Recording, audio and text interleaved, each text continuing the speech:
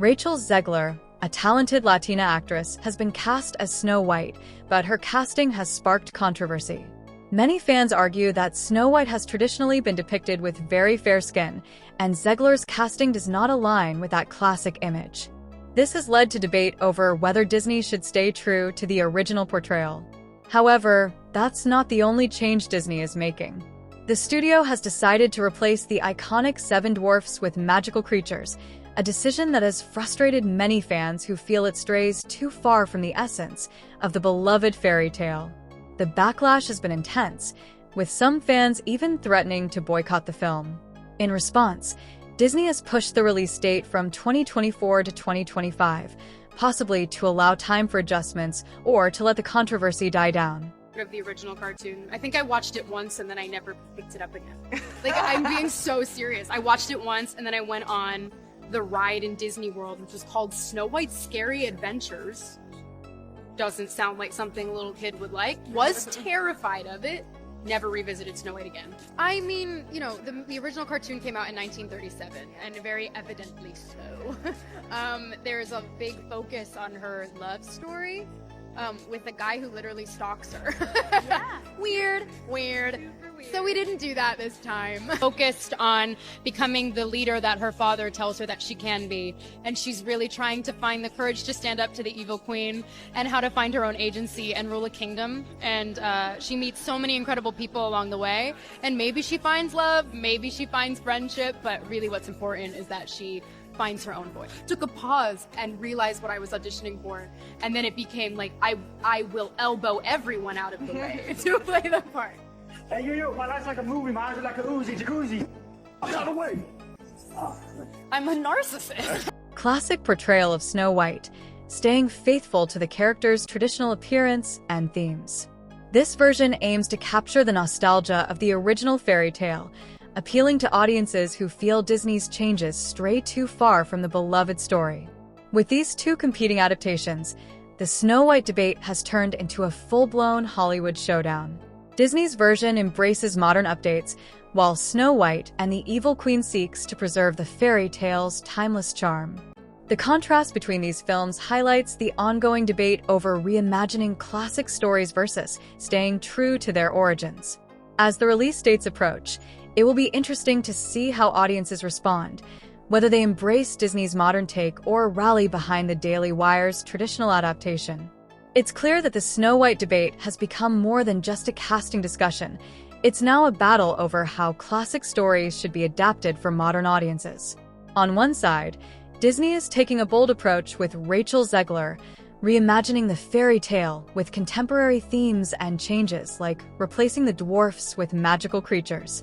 On the other, the Daily Wire is offering a traditionalist alternative with Snow White and the Evil Queen, starring Brett Cooper in a faithful adaptation that rejects modern reinterpretations. The Daily Wire's approach taps into nostalgia, promising a story free from political messaging, which resonates with fans who feel Hollywood has become too agenda-driven. Brett Cooper's strong online following also gives this project an advantage, as her audience is already invested in her perspective and storytelling style.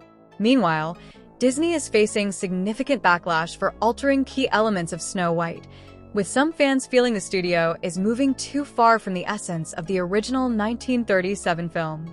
Delaying the release to 2025 suggests that Disney may be reevaluating its approach in response to criticism. Ultimately, this situation highlights a broader trend in entertainment, traditional versus modern storytelling. Some fans welcome fresh takes on beloved classics, while others want Hollywood to preserve the magic of the originals. What do you think? Should classic stories evolve with the times, or should they stay true to their roots? Where are you with this project? We are in pre-production. Yeah, right you now. went to see Jeremy, and he Yes, told you yes. So yeah. I went to see Jeremy, and this was as everything with Snow White was happening, and people were very disappointed, very upset about the way that Disney was rolling out this project. The way that they picked such a fun actress too. It was, and you know, you've now heard me speak for I don't know how many hours we've been talking, but about my love of literature and stories. Yeah. And I grew up reading classic literature. I grew up reading the traditional stories. I grew up reading Grimm's, and I love the stories underneath these fairy tales. And so as somebody who is more traditional and has a love and appreciation for stories, it's sad to watch these stories be completely destructed for that agenda. And so I had been watching this and commenting on it, and so Jeremy brings me in and says... Luckily they fail. They do, right, yes, they because they're do. dull and preachy and obvious and transgressive in the casual manner, not in the creative manner. Right. But yeah, Jeremy said we want to do the impossible, and we want to do our own Snow White. And we want to do it in line with the values with which it was written. We want to honor the story, and we want you to play Snow White. And Jeremy had been watching me work. No audition. Well, I think my audition had been the first month of Pendragon. I understand your audition. But he hadn't even really seen me act before that. He had, watched my TV shows and that kind of thing, but he really saw me during Pendragon. Right. And so this was about a month into Pendragon or so. And he said, I'm going to keep you updated. We're working on a script. And at that time, I think he had a very ambitious goal, because that's when Snow White was still going to be released, right around this time. He was like, let's try to film it during Pendragon. And I was like, okay, well, we'll see how this goes. That did not happen, and I'm very glad that it didn't, because I think we will do the story justice, yes, with the right amount of time in the prep. And we got back from... No, actually, I'm skipping over the story of how we created the trailer. But Jeremy started working on music, and he had this idea for the trailer. Knew that we were going to be announcing the rollout of Benki and the 100 episodes of children's content that we had on the platform. He wanted Snow White and the Evil Queen to be the first feature film that we do on Benki. And so I got a call probably at 4 o'clock in the afternoon, and he said, I want you to fly to Trento, Italy tomorrow, because that's where we had been filming Pendragon that week. We jumped back and forth between Italy and Hungary. I want you to get on a plane, and you're going to fly out, and we have a costume that's being worked on for you. They're going to finish it in the next 6 hours on the plane with you, and you're going to fly out to Trento, you're going to fly into Milan, drive 4 hours up to Trentino, wake up the next morning, you're going to come up onto a mountain, another hour of drive, and then stand in this forest and sing. And Jeremy was sending me, gosh, I still have the recordings on my phone. One day I'll leak them to the public. But it's Jeremy on a piano app on his phone. And it's what you hear in the trailer. And he's singing it. He has an amazing voice, and he's an incredibly musician. And so he sent me the lyrics, he sent me the song, and he said, can you have this ready by tomorrow? I said, sure. And this man, I've never had to sing this high before. And I'm a soprano, but I'm not that soprano. I texted him back and said, Jeremy, this is not gonna, I sound like Tweety Bird. And so we went back and forth, and he sent me one in a lower octave.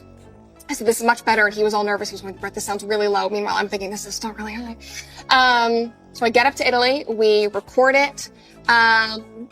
We record it in the middle of shooting Pendragon. So in the middle of a scene, some of my other Pendragon cast is 6 feet away. And at this point, they don't even know we're doing Snow White because it has not been announced to anyone.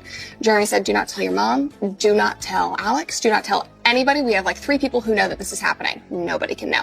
So I'm sitting here in this princess dress thinking this is really not the wardrobe that everybody else is wearing. They're going to know. I'm like huddled up, literally hidden.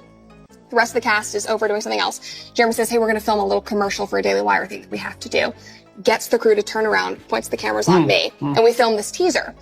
And then I fly back to Budapest, and I keep going on comment section and keep going on Pendragon. And then I wait to hear what we're going to do with it. And then it launches with Benki, with a Benki rollout. It's a huge success. And then I just sit and I wait. I'm like, all right, Jeremy, when are we going to film this? Got back to Nashville. We wrapped Pendragon. It was a raging success. I truly think people are going to love the series. And then we've now rolled into pre-production for Snow White.